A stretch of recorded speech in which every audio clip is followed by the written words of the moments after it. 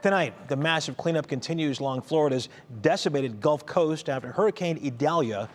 More than 48 hours after the storm made landfall Wednesday as a historic and deadly Category 3 hurricane, President Biden is set to visit Florida's hard-hit Big Bend region tomorrow. This is FEMA is running out of money. With all the natural disasters so far this year, FEMA is now down to only $3 billion in disaster relief funds. That's enough for just a few more weeks. When Congress comes back in session, there's a bill that is in the pipeline to perhaps give them more money. They're running out of money as we're in the middle of hurricane season here. That is tough.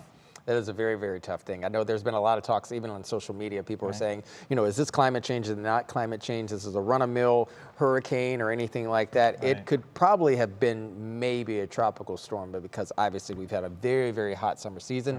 Sea surface temperatures have been in the upper 80s, so this is why that really, really strengthened very quickly. 85 degrees or so, the Gulf waters this time around, which is it's kind of insane, right? Yeah. Even South Miami, or at least South Florida near Miami, was around 90 degrees. So bath water, as Betsy likes to say here. So let's talk about our forecast. We only have just a couple of those left, shall we? You do. The next few hours, here we go, Northeast Ohio. As we put you to bed on this Friday night and we open up the weekend here, you can see we have lots of 60s, and I think we'll have a fair share of 50s waking up tomorrow morning as well. I want to start out by showing you the big picture on the lower 48 right now. Obviously, you can see we have the big ridge that's building across the Central Plains states here. A little bit of a weak disturbance here in the Gulf southeastern states. I think that's going to wane overnight tonight, so they're not really expecting too much there.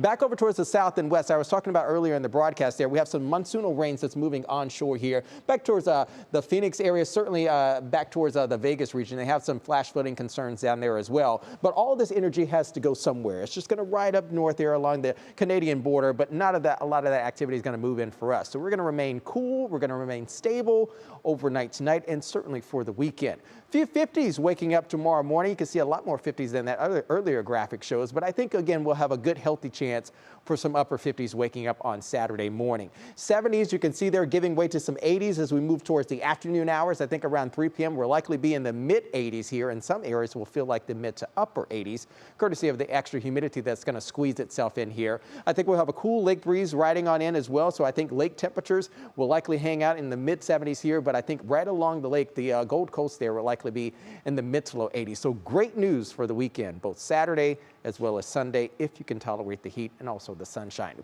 Boaters, get out the boats tomorrow as well. We're going to have a 1 to 2 feet wave heights for you tomorrow. South-southwest winds, roughly 5 to 15 knots, so it'll bump the boat around just a wee bit, but it's going to be an excellent day for the boaters out there. Pretty blue skies, certainly if you're coming downtown for the game at Progressive Field. The Guardians face off against the Tampa Bay Rays. That's going to be roughly around 6 p.m. for you tomorrow afternoon.